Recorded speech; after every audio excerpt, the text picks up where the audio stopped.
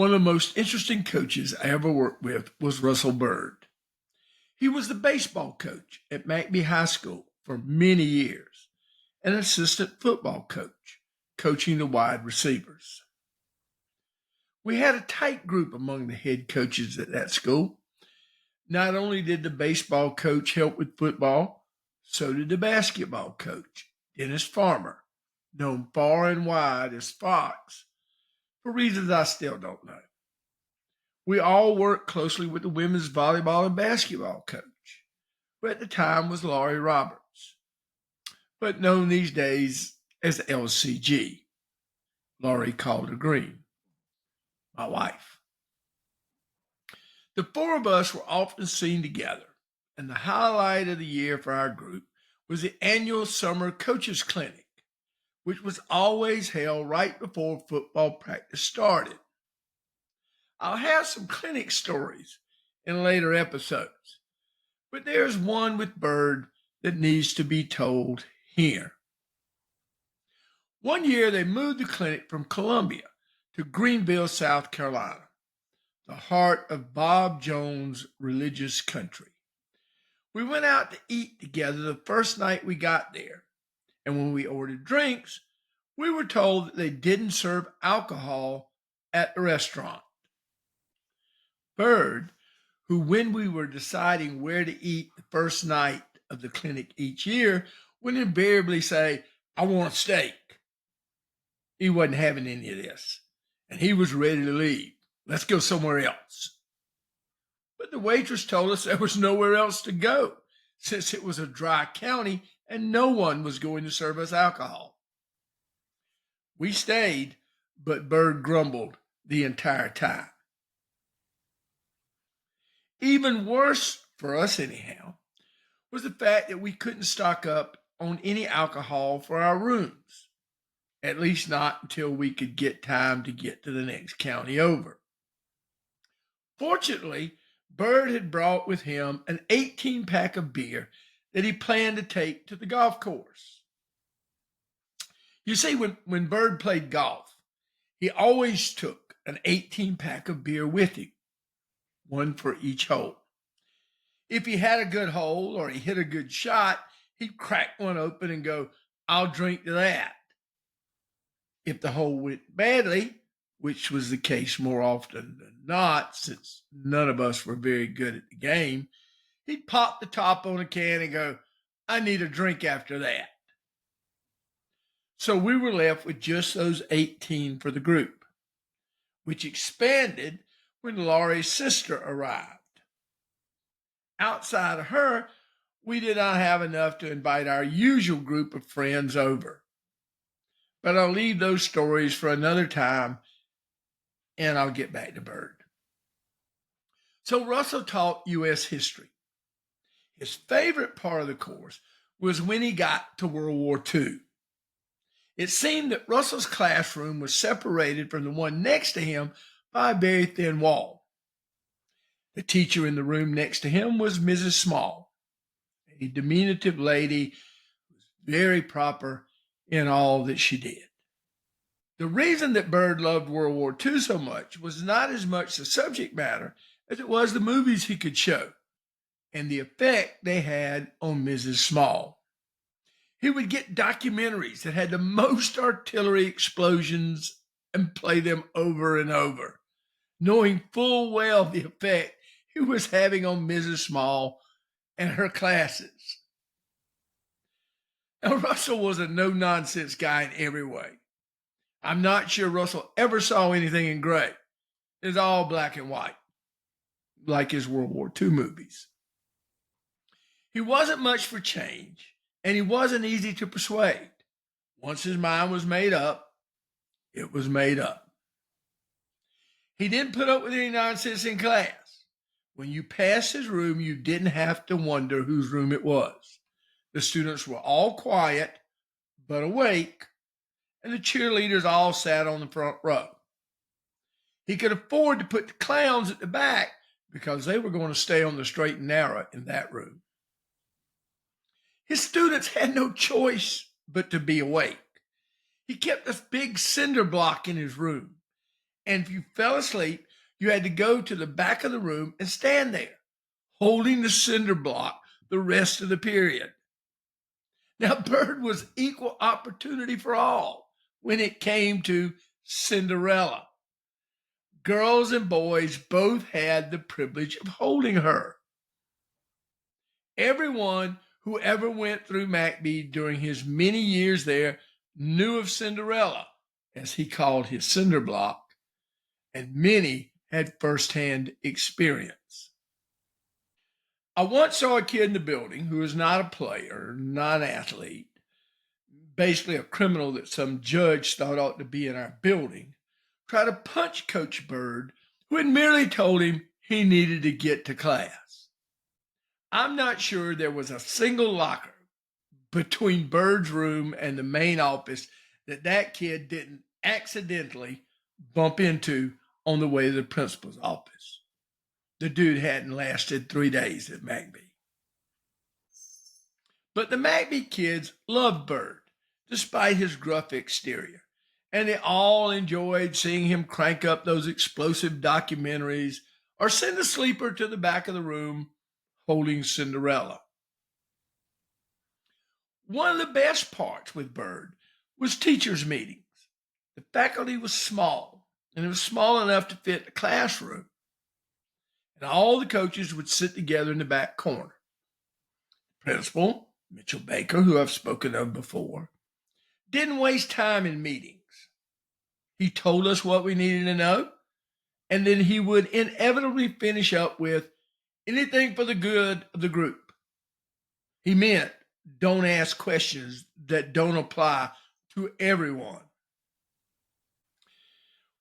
When invariably someone would ask a question that wasn't for everybody, Russell would say, "Shut the hell up." If there was more than one question and from the same source, Russell would add "bitch" under his breath to the "shut the hell up." At one point, the small football staff was in the coach's office discussing personnel after a preseason scrimmage. We felt like we were in pretty good shape in many positions, but we had one glaring sore spot. Every tight end we put on the field during the scrimmage played poorly. Coach Farmer was going through the list, one by one, citing how bad all of this was, how poorly this one blocked, how bad that one played, how small the other one was, so on and so on. He said what we all knew. We can't win with this. We got to have a tight end.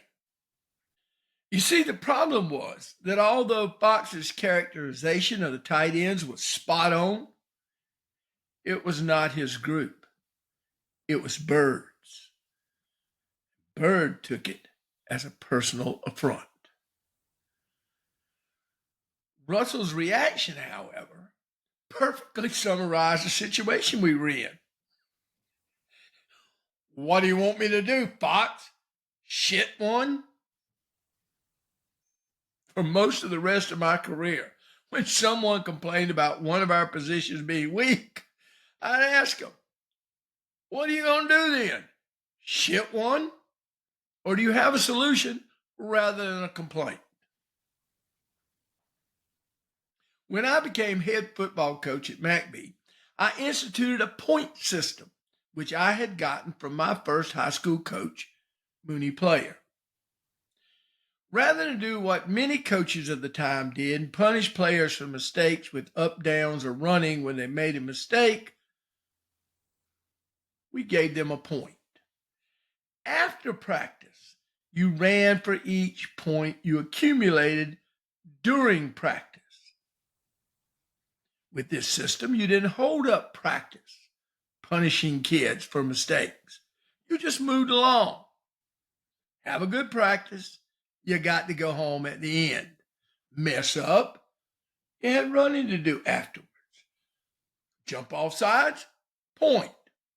Fumble, point. Drop a pass, point. Missed an assignment, point. You get the idea. Byrd loved the point system. He coached the wide receivers, and he rained points down on them like the Marquis de Sade with a whip. If they made him mad during individual periods, he'd throw them impossible to catch passes and just make it rain points. Since he enjoyed it so much, and since he handed out the most points, I put him in charge of the after practice running, although I'd have to give him some guidelines from time to time. The kids swore he was heartless, and having to run with him really made points something they wanted to avoid. Now, we didn't have large numbers. There were only about 275 kids in the high school. So every player had to practice an offensive position and a defensive position, even if they never were good enough to play on both sides. And, they could at least help us put together a second team or a practice squad. So we had this kid come out one year, and Byrd didn't care for him. He had him in class, had some issues with him, and didn't want him in his position group. Now, the main reason he didn't want him in his position group was not that he'd had issues with him. It was because he didn't think the kid could play the position. Now, I thought the kid might be able to play some defense, but the kid had no offensive skills whatsoever. He wasn't big enough to be an offensive lineman. He couldn't learn the plays at running back. So I decided to send him to the wide receivers. Byrd did not like it one bit. He'll never play, he said. I know, is what I answered. But he's got to go somewhere, and you're it. You don't have many players in your group, so you've got him. Now, Russell, as I said, loved the point system. If one of his receivers dropped the ball during practice, he'd give him a point.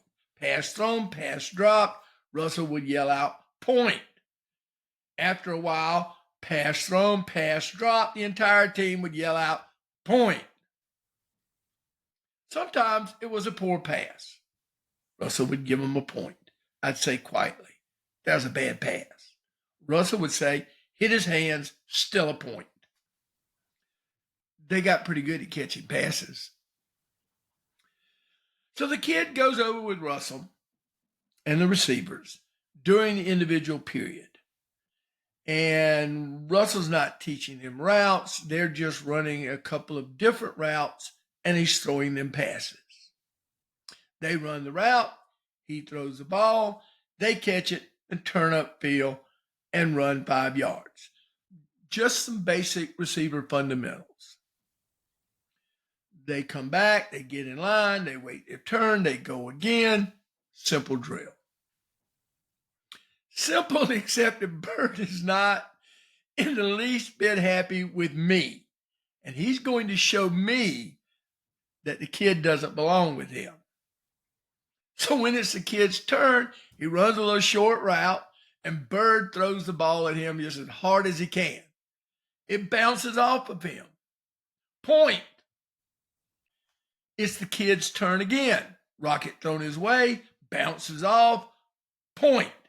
This continues. Now I'm standing in that area, watching to see how bad the kid is and whether or not he's hindering Byrd's position group by being over there. For the first 2 or 3 that Byrd throws at him, the other receivers are yelling point right along with Coach Byrd, who is getting angrier with each throw. Every time he throws it, after yelling point, he glares over at me, like, see how this is wasting my time? And I just smile at him. But as it gets past like 5 points, it becomes painful to watch. The kids aren't joining in, they're groaning. They so want this kid to catch one. And by this point, I'm in my well-known Coach Green isn't happy with practice stance. Arms folded, whistle in the corner of my mouth, foot beginning to tap, and tapping more and more as I become more and more irritated. Byrd, of course, knows his stance well, and he's just the one to push it. I've quit smiling when he glares over at me. Finally, the kid goes out, turns around, and the bullet hits him square in the face mask, and the ball goes straight up in the air. The kid's standing there looking up with his arms spread when somehow, miraculously, the ball falls in his arms and stays. The kids go wild, and the kid gets the biggest smile on his face, and he takes the ball back to Byrd, who immediately yells, "Point! You didn't turn up field and run 5 yards with the ball." I just looked at him and said, "Damn it, Byrd," and blew my whistle to end the drill and save that kid. I hope you're enjoying these little stories. If you are, be sure to like and subscribe, and I'll be back next week with another tale for you.